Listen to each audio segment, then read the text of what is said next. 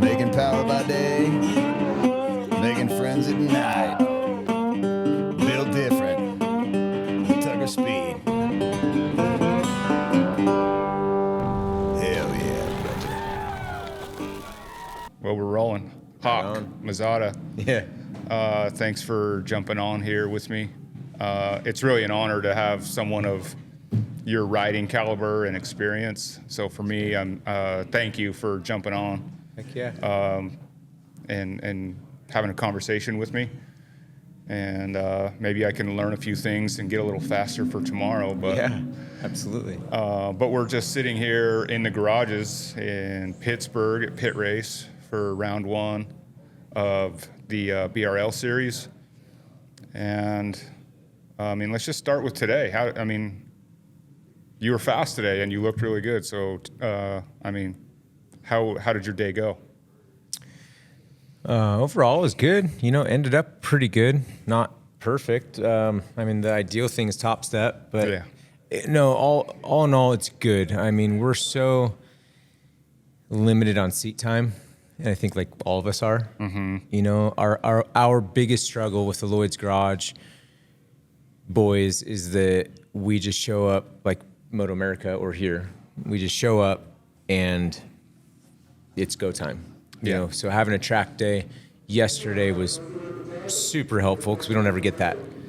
And this event for us was just really a test. Really? Seat time. Yeah. Yeah. So is it a kind of a test for trying to get faster in Moto America? Develop the bike. Yeah. Or are you planning on running the entire BRL series? No, they're not. I would like to, Yeah. seat time. And if we can get a championship and make some money, that'd be great. Yeah. But I think, budgets is tough. So I think the plan is we were going to Road America. We're not now for Moto America. Okay. So we're not going there now. So as of right now, the guys are building a Indian Chief to run the hooligan class on in Moto America. And so we'll run the Ridge, Coda, Laguna Seca. I think that's it. Okay. Yeah. So those are those doubleheader weekends too? Yeah, the doubleheaders. So anything that's doubleheader, we're running. So this was just like it's not too far from them, to be out here. It's a good event for them with Indian. They've got a lot of Indian dealers out here. They're a sponsor. And so it was a good business venue and seat time. So, we're finding some stuff. It's just hard, for me, seat time, period. I'm learning no matter what.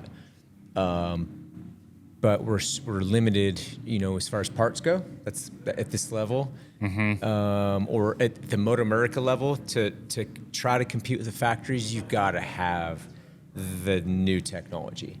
And a lot of money, right? Yeah, it takes a lot of money. It's a lot of money. So I can't imagine. It's crazy what some of those teams are putting into the bikes. Yeah, it's crazy. It's crazy. It's really cool to see. It is. From a spectator standpoint, right? Yeah. But maybe not so much as a guy who's also on the grid with them. It's tough for the privateers. Yeah. Yeah. It's really hard. These guys are working so hard, and I'm just stoked and appreciative to have the offer to be their hired guy. It's really neat. But as a racer, I'm a racer and I want to win. Yeah. And I know I can win. I can run up front in Moto America. It's just if you don't got the bike, that's not going to happen. Sure. And these guys are just putting everything at it. So it's that how far can we go? Yeah. With parts, and how far do you want to go? So it's just, this is a cool weekend to get seat time, and we're gaining stuff. We're trying things. We're on new tires. We're just throwing stuff at the bike. Tons of preload, and this just to see what does it do, and that's huge. It's big to know. Yeah. I wish, I hear yourself and some of the other, faster riders talk about things like learning the feel and stuff, and I so want to know what that stuff feels like because for myself, like I was saying, my road racing experience is literally just the BRL races that have happened. That's the only road races that I've ever ran in my life. Cool, man. And I've never ridden anything on a road race course other than a Harley. Oh, wow. I've never been on a sport bike out on a track or anything other than a Harley. So like that's cool. You know, I'm trying to like learn how to like make my bike handle better, but I really don't even know like what I'm chasing. You know, please don't provide that. It's like, I mean, we make changes and I'll be like, it feels the same to me, right. You know. That's how these are. That's cool. I mean, to not have a sport bike background or something or track days, something to do on a bagger is totally different. Yeah, it is. I mean, these are so big and vague and couchy, and you can. What I've learned is that you need to make a change, make it huge, like a big change. Because you're trying to make a change to a 600 clickers won't do a thing. Yeah. You won't notice anything.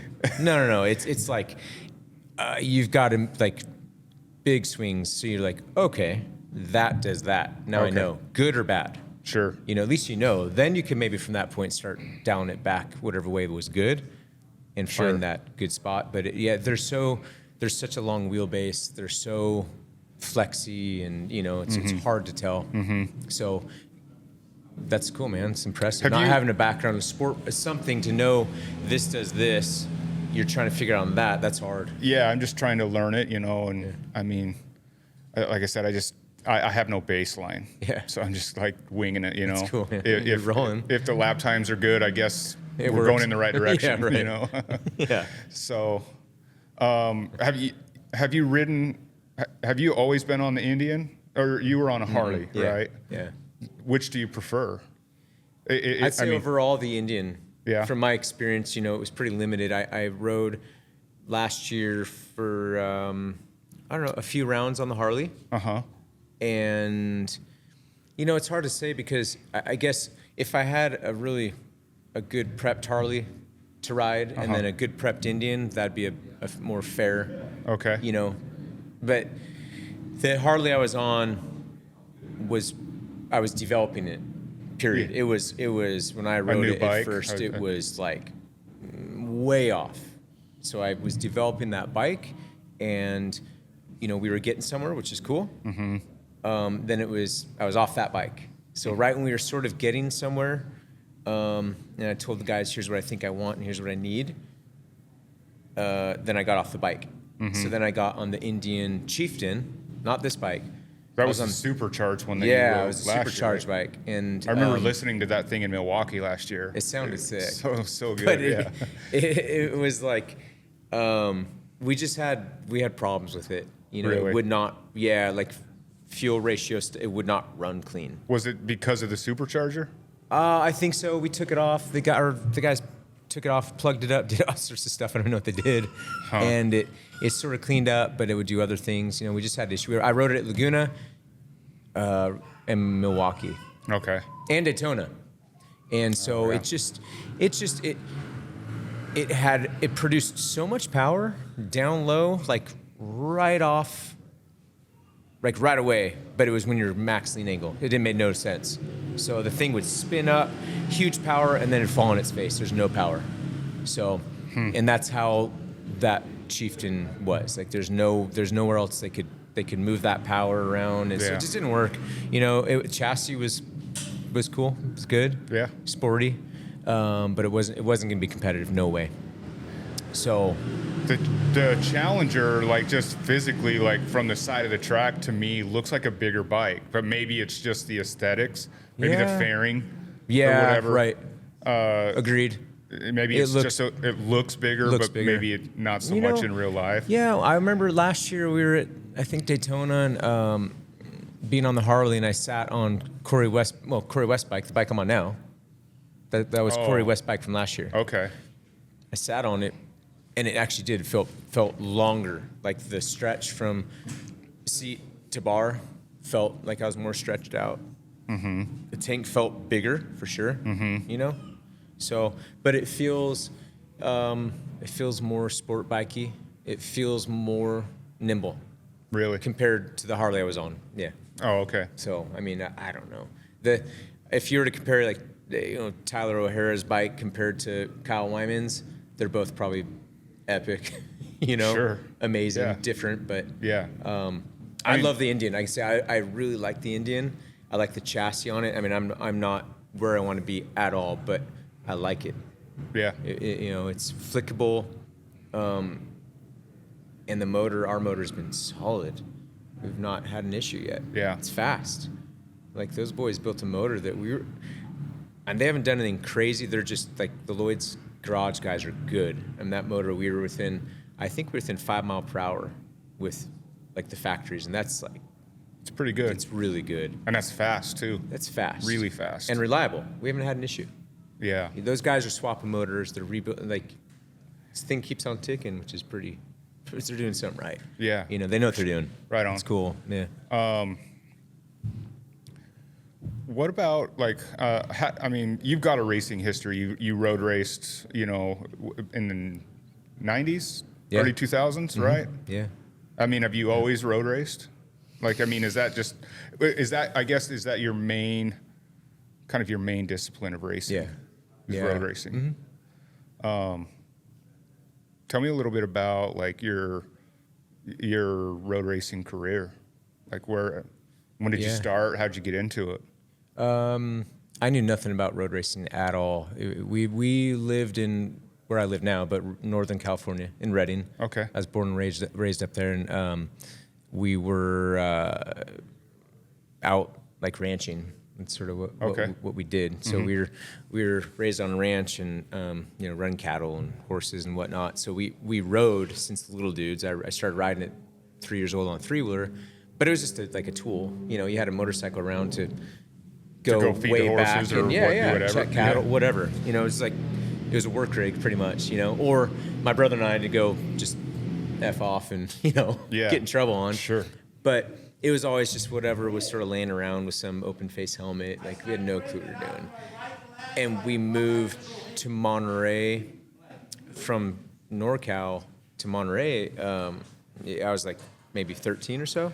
So Laguna Seca is right there. Right, okay. So when we moved there, I just went out to a track day they had going on. I think I was 16 and was hooked. It's like, I'd never even seen it, period.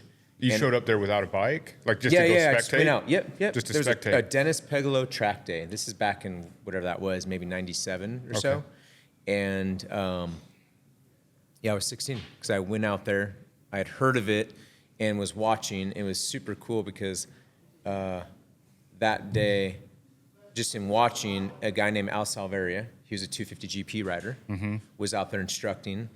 And I got to chat with him. He lived in San Francisco, and he was super cool.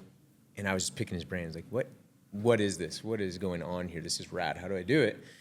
And so he was just giving me info on breaks and between sessions. And he's like, dude, I got leathers in my truck. We're about the same size. Do you want to ride in the back? Because they have instructor bikes, you know, so they do 2-up rides.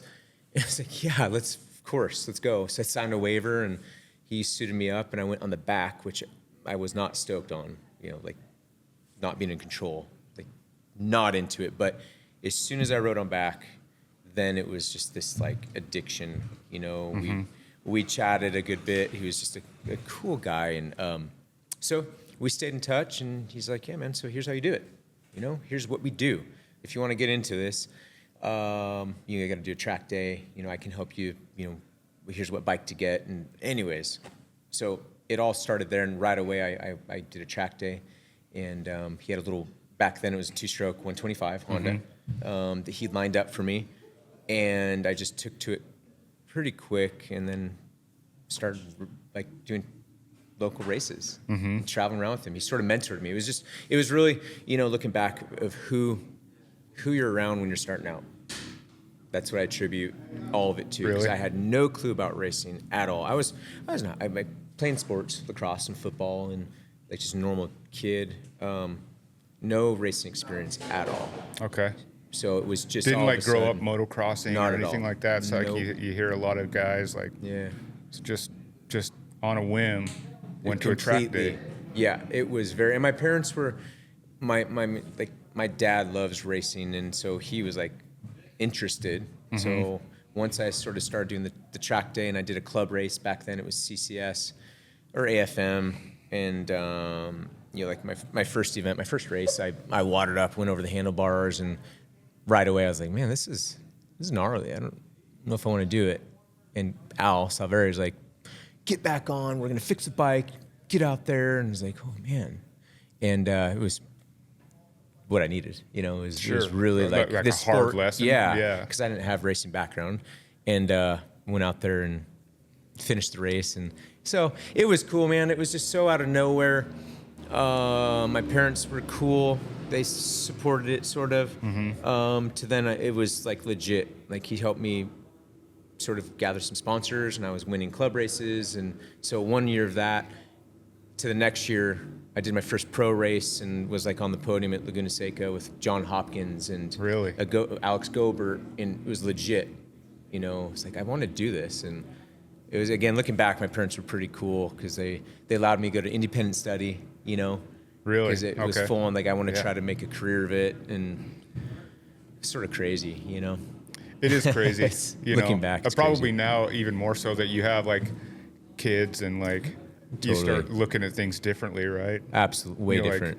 Like, why did my parents like? Yeah, I don't think. But you would like it. Like it's very cool that they were that supportive and open. Big time. But then like sometimes like I watch my kids ride sometimes, and I'm just like I'm a nervous wreck watching them ride. Yeah, that part of it, right? That part of it, I don't think I could do. I mean, you want to support your kids. Sure. It's like I don't want to hold my kid. I don't want to be the parent that doesn't support me because I'm so scared that you're going to get hurt or something. Sure. But it's tough to watch. It is hard. Yeah, no, I put my parents through it, especially my mom. Like it was. Now looking back, like this sport's, it's inherently dangerous. Period. Sure. Like you're going to get hurt. It's part of it. And I mean, I had some rough goes. Whether they call it bad luck, but just some bad things happen and injuries that. Now, I'm like, man, I get it. Sorry, parents. Really sorry. Sorry, but thank you at the same time. Yeah, what an right? opportunity. They supported it, and it doesn't happen. Like you're not sitting here today. Like if they didn't support it back then, right? Like you don't have the career that you had, and it was the experiences. Yeah. The experiences, because career-wise, it was I dabbled in it, was what I would say, because I had like 2 years, really a year of club race, then went pro. And when I went pro, my first race out in AMA, I got taken out at Daytona, and I got banged up pretty good, and it scared me. I was like, man, I didn't grow up doing it, so I don't know if I want to do this for a career. Sure. I had other things I want to do. I was always in construction since high school, building, and it's like, I don't know if I want to do this. So I didn't. That was it. It was like 2000, and I was out, for 3 years. I was in college down in Santa Barbara, and, was working at a hotel, valet parking cars, and, just doing stuff, having a job, just normal regular day stuff, yeah. And then all of a sudden, like, you get that bug again. In 2003, I don't even know how it happened, but I came back into it, and I rode for Jason Pridmore. I rode for him under Suzuki. And what an opportunity, And I got halfway through the season and got hurt again. And it was the same thing. I just wasn't, like, I was passionate. I loved it. But there's just that, like, I knew there was so much out there. Yeah. Like a lot of these racers, man, it takes all of you and the family, and that's what they know. That's what they do. And they can't, it's like they can't quit or give up. No, whether it be that's all they know, or the parents are like, this is what we're doing. Sure. And I didn't have that. So it was sort of like, I'm going to go back and, do my other stuff. And had all these different jobs and careers. So it was very in and out. I've really solidly raced like 98, 99, and tiny bit of 2000. Then 2003 got hurt. And then I didn't come back, and I did 7, 8, 9, and part of 10. That was like my most solid streak. Still in a super sport? I did super sport, and then I did 2 solid years of super bike. Oh, okay. Yeah, and that was rad. That was like my solid, I'd say 3.5, 4 year run in good equipment. I mean, privateer team, but I had a good crew chief and pretty darn good equipment, and that was cool. I finally got to that point where we were up in the mix. Like I ran 5th. As my highest run at Daytona, with the big boys, and So I got that little bit of feeling of it. It felt good. It was fun. And then same thing. Got out of the sport. It's just like the economy was brutal. The amount of factory teams at Paddock was dwindling. Purse money was dwindling. Yeah. You know, and I got taken out. I think it was Kyle Wyman. He lost his brakes at Daytona and T-boned me. And it was that switch for me. I got loaded up in the ambulance, and I looked at the medics and was like, I'm going to do what you guys do. That was it. Really? That was it. Yep. I was like, I'm going to be on the giving end, not the receiving. You know? I was just over it. You know? So I went home. I think I raced Laguna, and I signed up for the Fire Academy and EMT school. Yeah, right away. And so I became a firefighter. And so EMT. you weren't kidding when you told them. No, I was done. Like, yep. I'm going to do what you're doing. Yeah, it was badass. Like those guys, you know, how many times I've been loaded up in an ambulance, and you know, I appreciated when you're down and out and you're hurt, like that feeling of those men and women caring for you. You know, you're like, man, that's cool. Yeah, that's a good feeling because you're so bummed, or I got how long to heal, or you know. So yeah, that was it, man. That was it. 2010, and moved on to a new career. So are you still doing that? No, I did it for. I worked for Cal Fire for the state for California for a few years.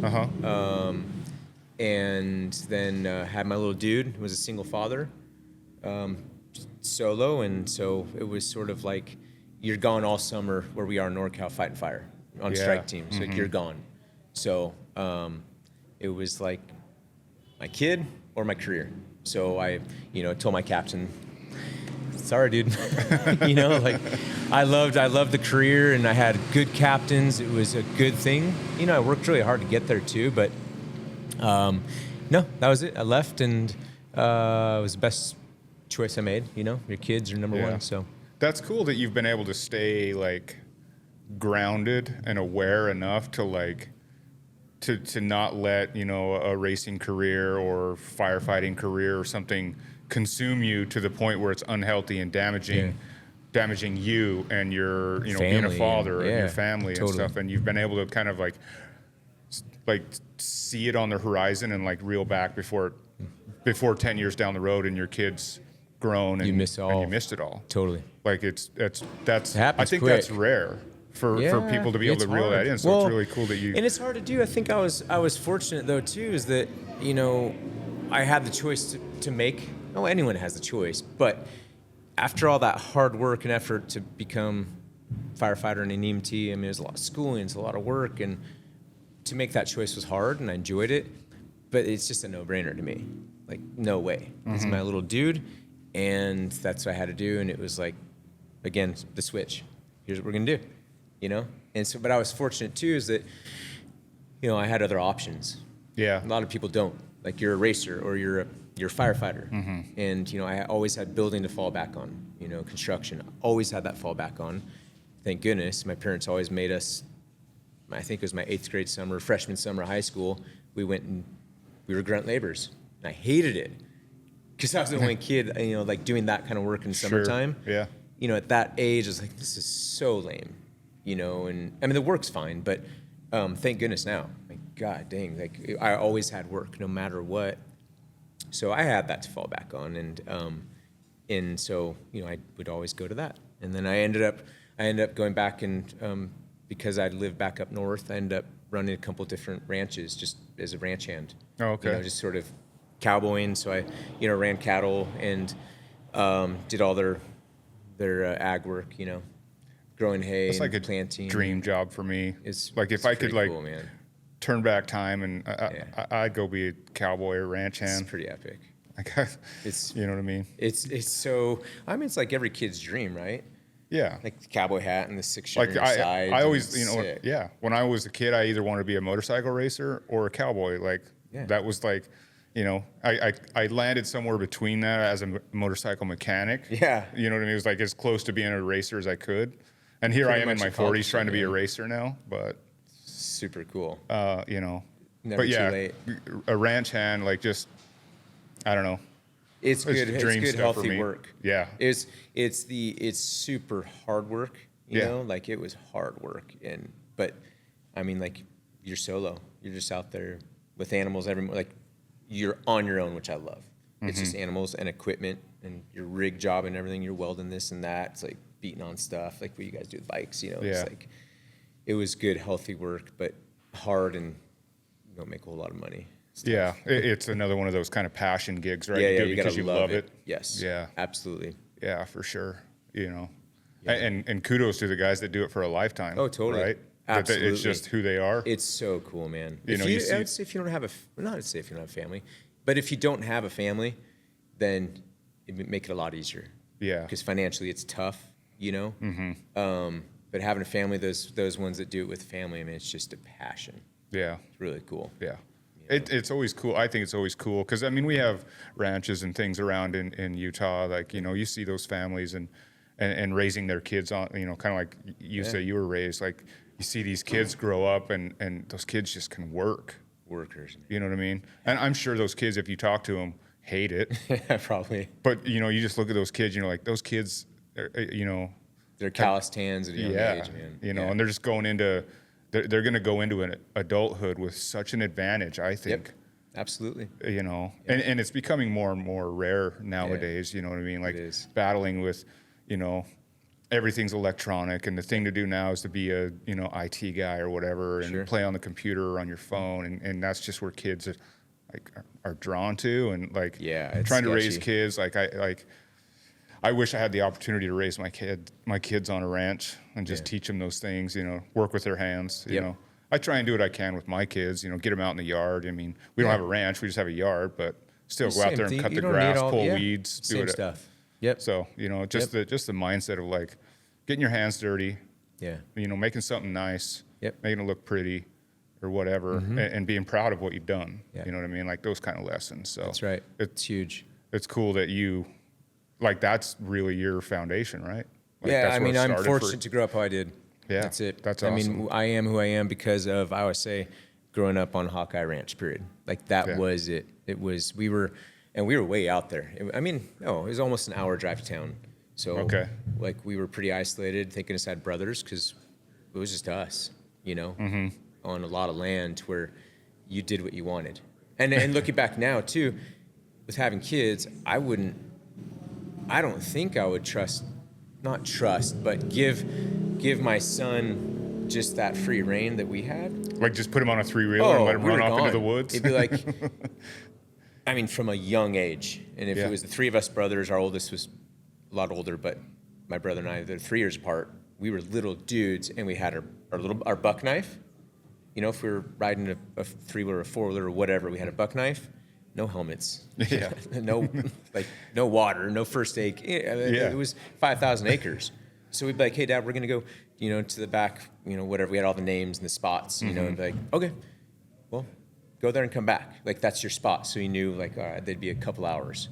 We were so deep, like, so deep. If something happened, which it happened all the time, but it was cool, man. You just knew you had to be smart.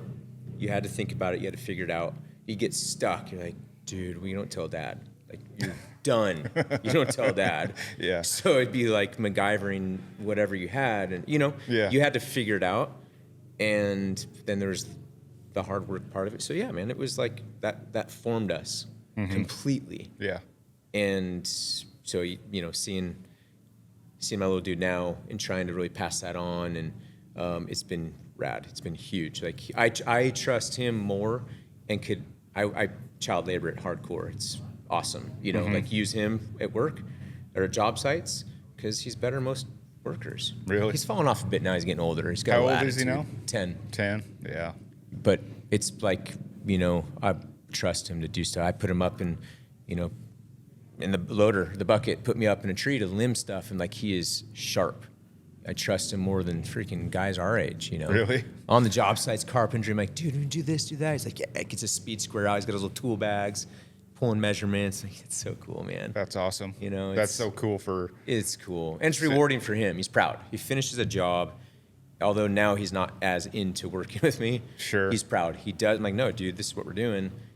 And you see that look. He's like, yeah. You did that. I did that, yeah. No, that's super cool. And he'll probably go through a phase where he'll hate it for a while. He's getting there, I think. Yeah. Now I'm super. I think bummed we on all it. do, right? Yeah, oh, for sure. And but there will be a time where he'll look back and be like, He'll appreciate it. you know, Yeah. he'll be looking at it like you look back on yours Someday. and Yeah. you know, and he'll have all that skill that he's learning today in his back pocket for the rest of his life. Yeah. It's That's huge. Yeah, that's really And like cool. you said, things are changing a lot. You know, especially for the young kids generation, Yeah. where it's very computer and screen driven. Yeah. You know, so I hope and I feel like maybe someday, you know, there might be a shift again to where think it so. sort of goes old school. Like the There's rare gonna be a ones. demand, that are, yeah. right? There's like gonna be a demand hands-on. for those Oh my guys. God, you're a welder. We need you. Yeah. You're, you know, And like, it's we'll gonna happen pay you a someday. lot of money or Big whatever time. Oh, because yeah. we can't find anybody. Well, IT or whatever, all that stuff might crash someday. Who knows, you know? So the hands-on guys are going to kill it. Yeah, I think know? so. I mean, I think that the pendulum will swing back the other way. It's got to at some point. You know, Yeah. it always does, right? Yeah. Yeah. No, that's cool. I mean, you know, and I might, you know, I might call your motorcycle career a career. To me, it is. Like, you know, you've been doing it for 20 years. Yeah. I mean, And that's on and off, I've been in it from a young age and just dabbled. But Yeah. I've done it long enough to where, I mean, it's a career, I guess. Yeah. It's been I just always think of career of something that like you longevity, just, yeah. and that's what I did. Yeah. I got, you know, paid. That's which, you know, that part of it's just so up and down. Sure. You yeah. know? I mean, from But- my point of view, like sitting where I am, doing what I'm doing, like you're a rock star to me. You know what I mean? Like, Thanks, you know, Tony. Yeah, man, it's- you know, to race, you know, at Daytona, you know, riding super sport, super bike in the AMA back in the days, like yeah. that's pretty cool stuff. I think That's cool. Thanks. I- well, I- you're doing it. That's what's cool. you know, I'm like just- this stuff you're doing. I don't think I could do it. To go from the shop, build this, test and tune it, drive all the way here or fly, whatever it is, but be here and wrench on it, pack it up, go home. If it breaks, that's a lot, man. It's a lot. I don't have that part. Like I'm so, you know, usually mentally sort of spent that if I do, I mean, like I know how to wrench on stuff, but on a serious race weekend, I wouldn't want to. You know, yeah, It's a lot to it was do. funny. Like yesterday, so like normally, like so I drove in with a couple of the guys, and the rest of them flew in. But I've been lucky to have the guys here, like, and when they're here, they do a lot of the wrenching here at the race. You know, pulling tires, doing whatever needs to be done in between rounds and stuff. But yesterday, they weren't here yet during the track day, so I was like doing a lot of it myself. Like, you It's know, a lot, huh? and without these guys, like I don't want to work on the bike. Like on a race day, I'm just like trying to kind of Focus on riding. it's a lot. Figure out the Mentally, track. it's and- fatiguing. Yeah, You know. So yeah, no. Kudos to you guys, man. It's gnarly. So it's been great. Like, you know, and it's been fun for us. Like it's a great team building experience for all of us. Like, you know, we all get excited for the race weekends and yeah. and we travel together and we have a house and we all stay together and That's fun. It, man. it's That's you know cool. it's great for us to do. Yeah. And it's good for our shop and good for morale and all that. So, you know, and I get to kind of halfway chase a childhood dream. So it's fun. It's rad. But you know, but it is. I mean, you know, I when you came into the BRL a couple years ago, and last year.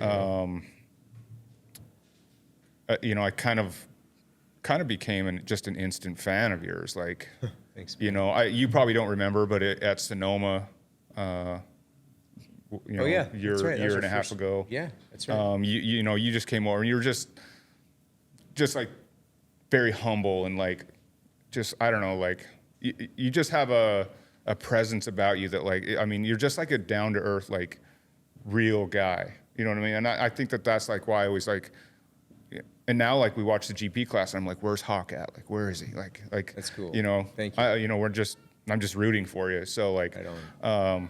you know, and it all just kind of started from Sonoma. Like, you know, you probably don't remember, but you brought your little guy up and Yeah. and had me sign a jersey Totally. or a Yeah, hat or something. You know got what a I mean? shirt. Yeah. And, I remember. and like for me, I'm like, Yeah. I'm just some dude with a shop in Utah. Like, Yeah. but it's almost, it kind of plays back into that like childhood dream of mine of being a motorcycle racer. So it kind of makes me feel a little closer to being that guy. You know what I mean? You're doing it. You're on the grid. I mean, Sure. these are no joke. Yeah. You know, like I try to explain to people, these are no joke. Anyone on this grid, whether it be the pro stock or the GP, whatever, the bagger, it's no joke. Yeah. They're not a sport bike, so they're not comfortable to ride. They're not, and what you guys you're building it yourself. Yeah. Like that's serious. I would have no clue where to start. Yeah. You know, like it makes me just cross-eyed looking at him. So that's, to me, it's rad. Like taking my boy around, like we're gonna get all these autographs, and he's just stoked. No way, you know. And I remember being on that side of the fence, you know. Yeah. Waiting in the freaking line. I was super into car racing, watching. I remember being at Laguna Seca watching the IndyCar and waiting in line forever to get Jacques Villeneuve's autograph. Oh, yeah. You know, I loved that stuff, and I had all the little cars and waiting forever. And you know, he came out and he actually looked me in the eyes. He shook my hand. I was like, no way. Gave me an autograph, and there's a couple I remember. You know, and I was never like a starstruck kid. I'm not now. Like I could care less about really any sport and getting an autograph. But I appreciate like the talent and the people. So but that's one I remember. So it's just cool as a kid. I remember it, you know?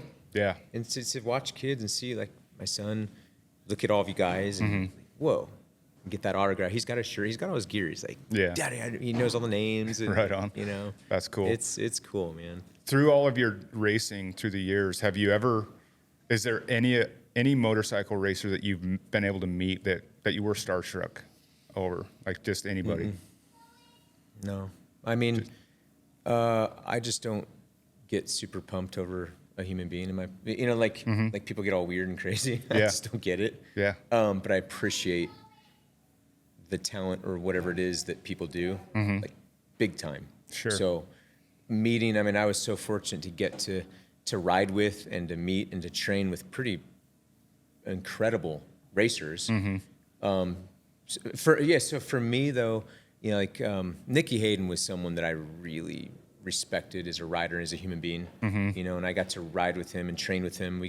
We partied super hard 2 years in Daytona to get, like, we got some good time together. Really? That's cool. And we put a rental car on the wall together on a track day, and it's like some good memories. That he was such a cool kid, and he was the best.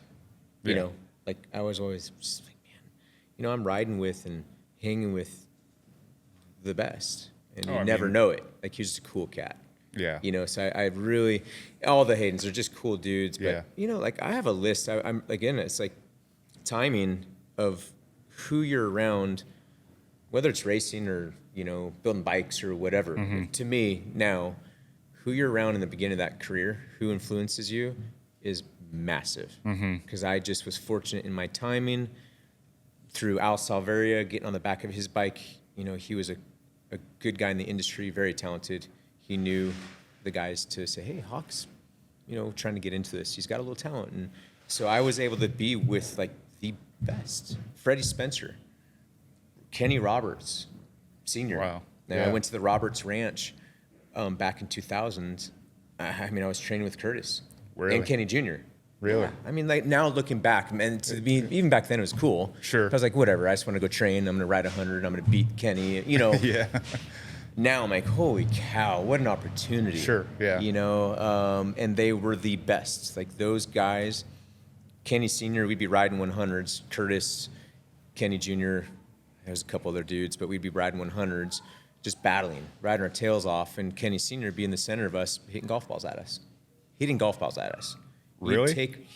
You'd take one, you're like, like I can't stop. You can't stop. You can't be like, oh my, ouch. It's like, no way. So it's like that old school era of the Roberts, those old school racers were just men. So there's that influence of freaking figure it out, kid. You know, you ride and you don't complain. You don't, so it's just that the different influences were key to who I am as a racer. Now, you know, I'm not much of a guy to speak of, but it sure plays part. Like I never forget those things. Yeah. You know. No, I mean, those are experience. Those are, you know, from a fan standpoint, I think those are, you know, dream experiences. It's pretty incredible. It's pretty cool to I mean, Nicky Hayden of all people, like how many people Yeah. can say they've ridden or crashed a car with Nikki? Oh, Hayden, totally. You know what I mean? Like, Yeah. I mean, yeah, that's we super rubbed her cool. up and turned 9 at Laguna Seca. We were trying to dry the track out. It was a team private test. So I was Oh, riding yeah. on the satellite Honda team. So I was teammates with, I think it was Josh Hayes. Oh, okay. Yeah, it was my teammate, and Another really cool guy who I have Incredible. met. Incredible. One of the coolest guys. I rode an American Super Camp, and he was the guest coach. yeah. And he was Awesome. another just like down to earth. like down to earth dude. Like at first he was just like sitting in the front row, and I didn't even like realize that it was him. He's Like I so just thought it cool. was another student, and I'm like, wait, that's Josh Hayes. Yeah. So yeah, Yeah, he's cool. he's probably the most talented rider. I mean, still in the paddock these days. Yeah. So talented and just the coolest guy. Yeah. You know, he'll go up to anyone, anybody, and talk to him. yeah, Sign an autograph, whatever it is. Yeah. You know, like it's just that's what's cool. I'd say too about our paddock, BRL, Moto America. Moto America's changed. Is it? Well, from back Just when I getting- was in an AIM, it's what's a bunch of young kids. That's Yeah. what it is. I mean, it's rad, but it's so accessible. You know, people can come in and walk the paddock and get an autograph and talk to racers. Yeah. Versus, you know, maybe NASCAR or other disciplines that you don't hardly get to see anyone or talk to anyone. Sure. You know, which is, I guess, demographically it sounds big, but you know, I think that's what's cool about our sport too. You know. yeah. It is fun. I mean, it is cool that just have these open pits and people come in and ask questions about the bike or Yeah. whatever. I mean, it's fun for me, you Yeah. know, and it's part of why we do it, right? Is to make Right. these connections. I mean, Yeah. and so yeah, that is a cool part of our series here. Well, you got to be stoked to be able to share the info. I mean, when you actually build it, you're proud. You know every part of that bike. Right. Mm-hmm. You know, and that's what fans or spectators, aspiring riders, that's what they want. Right. You know, to be able to ask about it and just blown away. I've heard about bagger Sure. racing, but to see it in person here, I know a lot of people were saying, well, we've seen it on TV, but we haven't seen it in person. So that's what I gathered here is that they got to see it, they can touch it, they can feel it, they can talk to you who's building it and riding it. Mm-hmm. That's huge.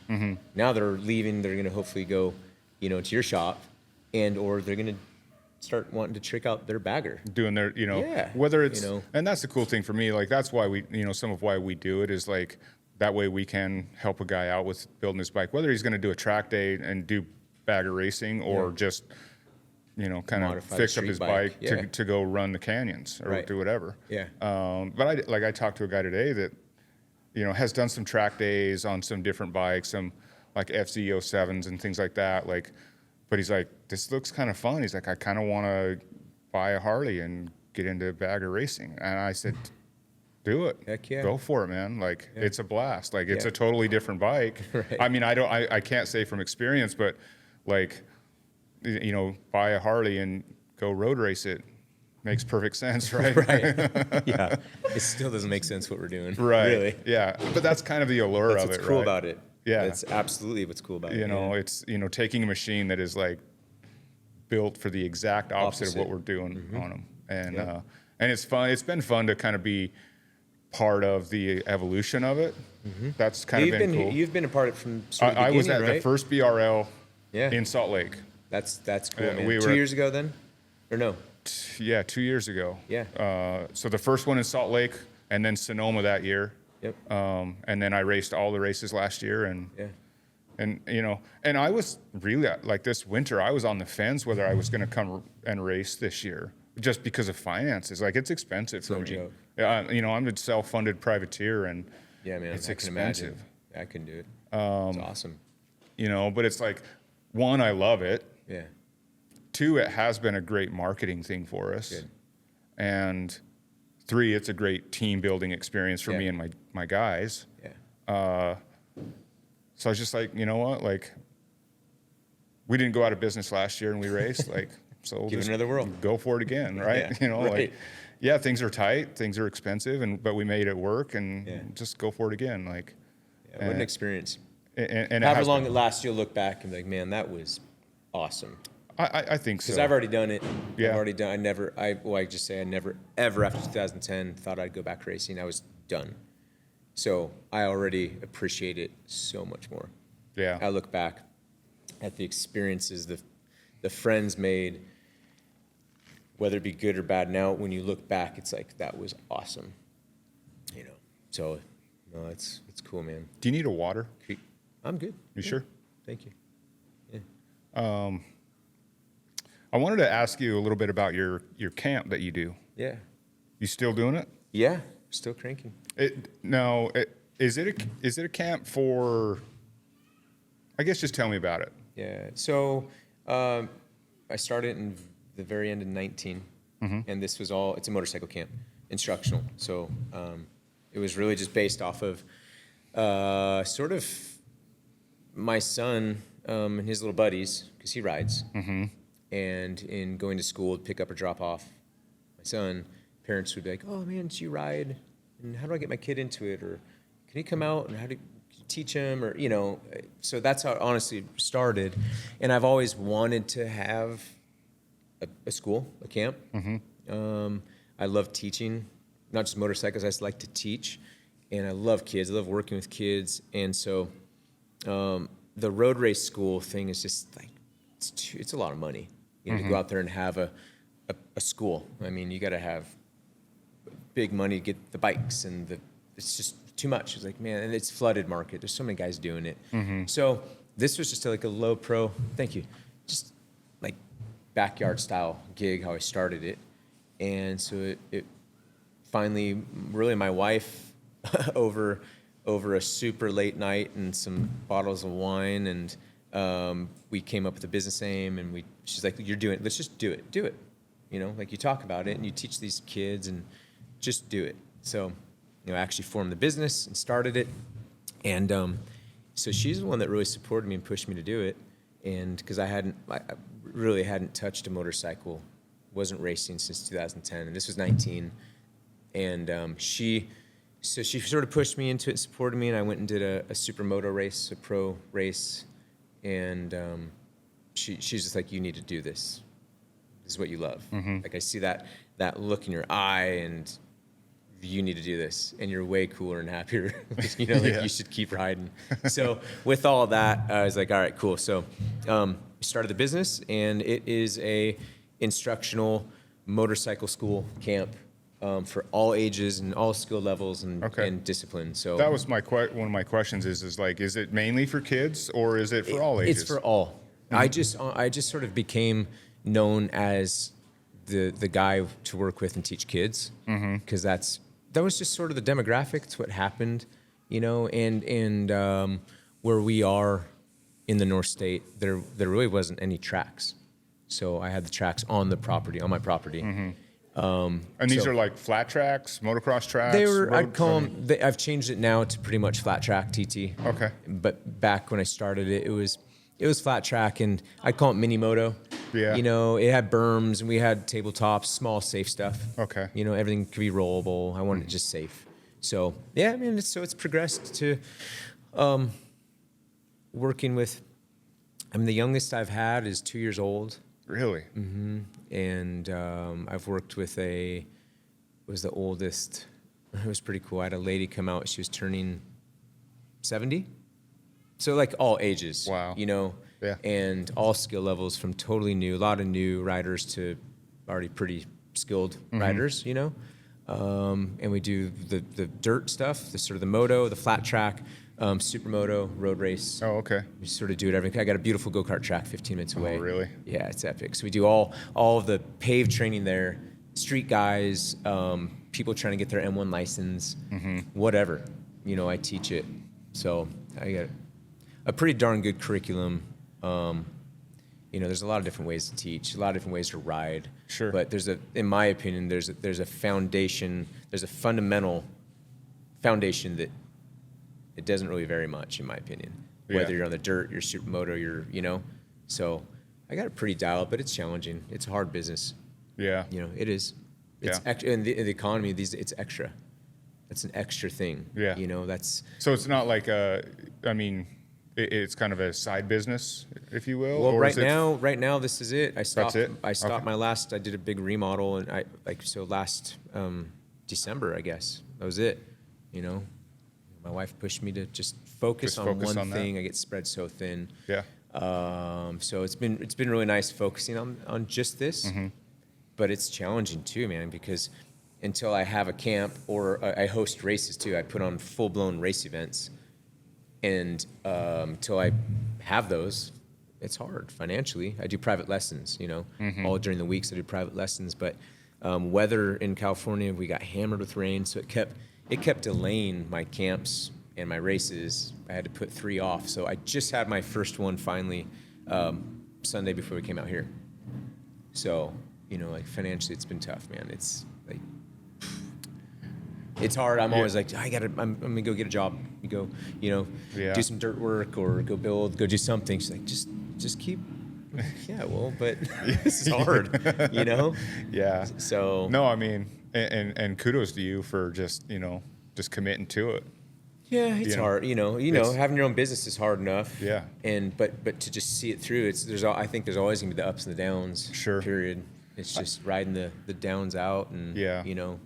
I mean, I think that business like that would definitely be hard because like there's a whole bunch of work, like you said, before the event. So like there's a bunch of things that have to happen, a bunch of things that probably have to be paid for and stuff like that. And then it's tough. And then what happens when the camp comes and it's raining? Now you got to figure out what to do. With weather, For us, it's definitely stressful for us, but like, we bring a bike in, we fix it, we customize it, we do whatever, we get paid and go on to the next one. Yeah. So there's kind of a constant flow and not as many variables. Yep. But running a business is running a business, and it's stressful no matter what it is. They all come with their challenges. You go home, you don't really leave work, it's. For sure. Yeah. You start laying in bed at night, worrying about how to do this, how am I going to get this done, how am I going to afford that, all those things, and having a supportive family, a wife that is supportive and pushing you and helping you is huge. Yep. So that's we'd be a mess without them, I think.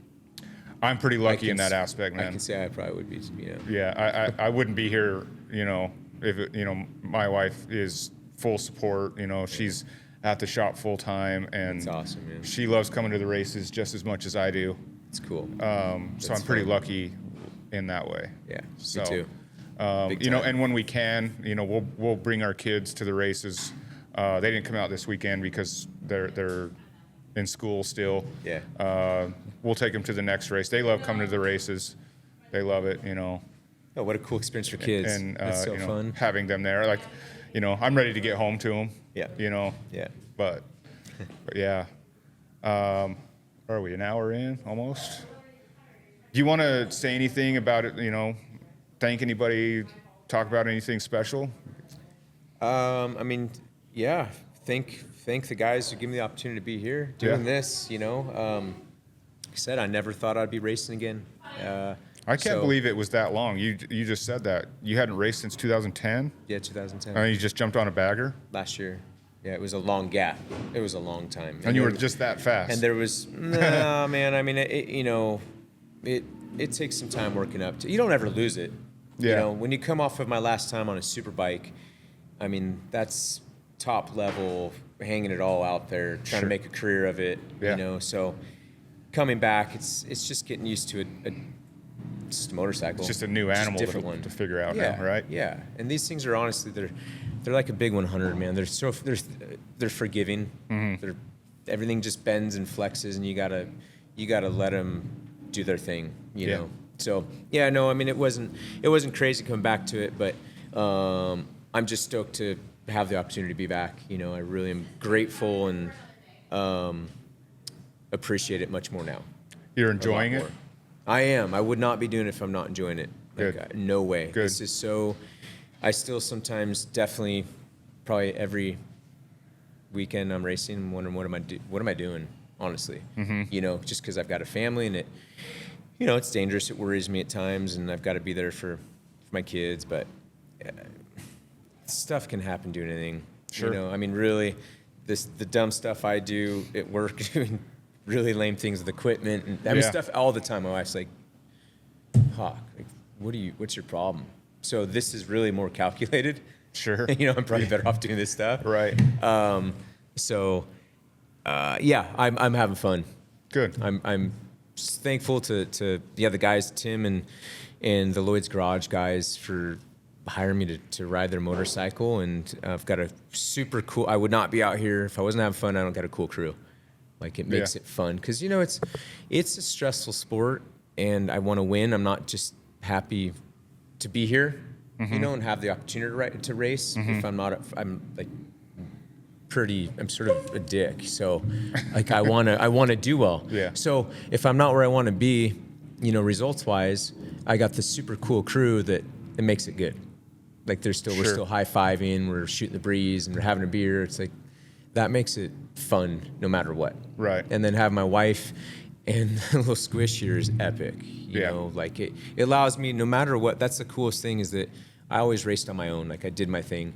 So having her and both of them here, every time I come off the track, I'm really not where I want to be. I don't think there's been a weekend where I'm like, there we are. I'm not there right now. I'm frustrated. But I look over at that little thing, smiling and doing something weird, and like, yeah, makes it all better. Oh, it's all good. It's like, what am I stressed about? Yeah. You know, so it puts it all in perspective, and it takes me back to, again, you know, I'm blessed to be here. I'm 41 and get to do what so many people dream of, and how cool. Yeah. You know. Well, I mean, you know, from this side of the fence, watching your race today, I mean, you looked pretty impressive. You know, like, really good, I think. Like, we're getting there. That you know, that Trask bike, God damn, it's fast, man. She's got some ponies. It's got, you know, and Shane's a freaking awesome rider. Sure. He knows how to ride. I want to beat him. Yeah, I bet. I want to beat him so bad. Yeah, I bet. Yeah. We'll see tomorrow. Yeah. But we'll be rooting for you for sure. Thanks, Tony. You know, I appreciate it. You got fans over here for sure. Thank you. So yeah, thank you for coming on. It's, you know, it's really an honor to sit down with someone, you know, like I said, with your experience and your humbleness, and be willing to sit down here and have a conversation with just a random shop guy from Utah. You know what I mean? Cool, just, man. you know, and so thanks a lot. You know, thanks everybody for listening. Try and remember, Jordan always tells me to mention everything. So, you know, go on, subscribe to our YouTube channel, follow us on all the different social media platforms. You can find us on all the podcast apps, Spotify, wherever you listen to your podcasts. Where can people find you? Where can people find, you know, follow you, you know, with racing or your camp? Like, HawkMazzottaMotoCamp.com is the website.